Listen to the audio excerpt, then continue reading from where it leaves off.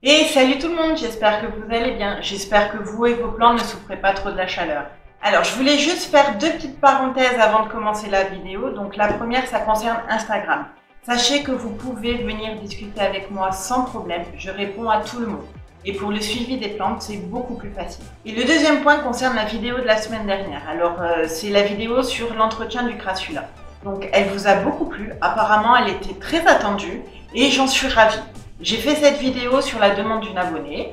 Donc si vous voulez une vidéo en particulier, n'hésitez pas à me la noter en commentaire et si c'est dans mes capacités, je me ferai un plaisir de la faire. Donc et maintenant on arrive à la vidéo. Alors aujourd'hui on va parler de comment arroser ces succulentes avec cette chaleur atroce. Alors depuis un mois, on a des températures dignes d'un mois d'août. Donc ce qui fait dans ma région qu'on va avoir un été brûlant à peu près de 4 mois.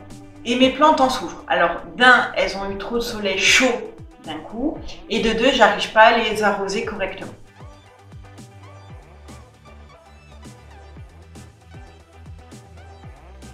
Et le comble, je pensais m'en être débarrassée, mais non, elles sont revenues. Les cochenilles.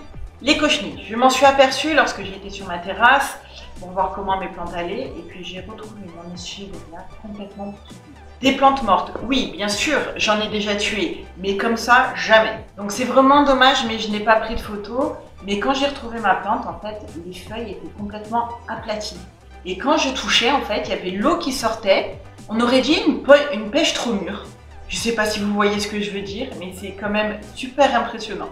Donc vous savez que quand certaines succulentes, surtout les Echeveria, sont attaquées par des cochenilles, elles arrêtent de boire, du coup le substrat reste humide et fait pourrir la plante. Donc j'ai décidé de traiter une bonne fois pour toutes, mais ça par contre ça sera le sujet d'une autre vidéo. Donc là on va parler de mon problème, c'est de comment arroser correctement mes plantes succulentes. Alors mes pots sont placés à même des étagères en plastique. Pour arroser, je viens avec mon arrosoir arroser chaque plante par le haut, une à une. Mais le gros souci, c'est que l'eau sort très rapidement des trous de drainage et va directement par terre.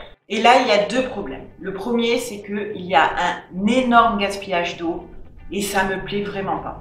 Et le second, c'est que certaines plantes ne boivent pas suffisamment car le terreau est trop déshydraté. Oui, de temps en temps, je leur donne un bain, mais avec cette chaleur, elles en ont trop besoin. Et du coup, j'ai pas le temps de toutes les traiter. Donc pour éviter de trop en perdre, parce que je vais encore en perdre, je le sais, il a fallu trouver une solution pour régler ce problème. Et j'ai pensé à des soucoupes de grandes jardinières en plastique. C'est un petit budget, mais parfois il faut ce qu'il faut. Donc là, ce qui est bien, c'est que celles-ci, elles sont assez profondes, elles sont plates dedans, donc du coup, c'est pas parfait, mais franchement, ça m'aide beaucoup.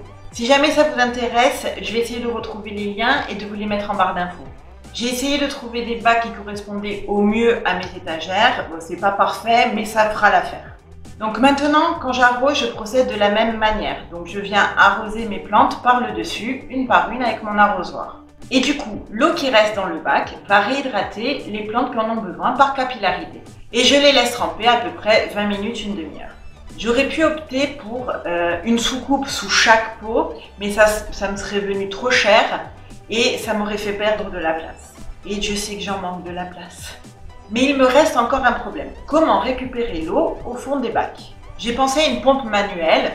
Donc c'est un espèce de petit ballon comme ça, où il y a un tuyau qui sort par là et un autre par là. Du coup, ça aspire d'un côté et ça sort de l'autre. Comme ça, avec l'eau récupérée, je peux arroser les autres plantes. Et fini le gaspillage. Je l'ai commandé, elle m'a coûté 7 €, c'est pas énorme. Et en plus, ça pourra me servir pour d'autres choses, comme pour mes plantes d'intérieur ou d'autres choses.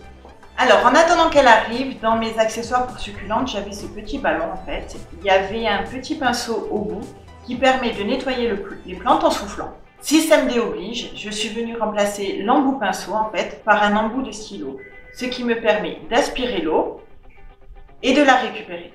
En général, je me sers de ça pour récupérer de l'eau en petite quantité. Bon, c'est fastidieux, mais ça fonctionne.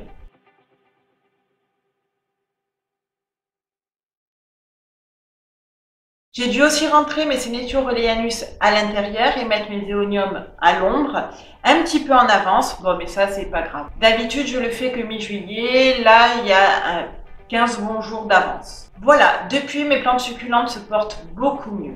Il y a quelques séquelles, mais rien de dramatique. Et donc, pour ce qu'elles supportent, en fait, ces températures excessives et ce soleil brûlant, la clé, c'est l'arrosage. Alors, s'il y a des personnes dans le même cas que moi, j'espère que mes idées pourront vous être utiles.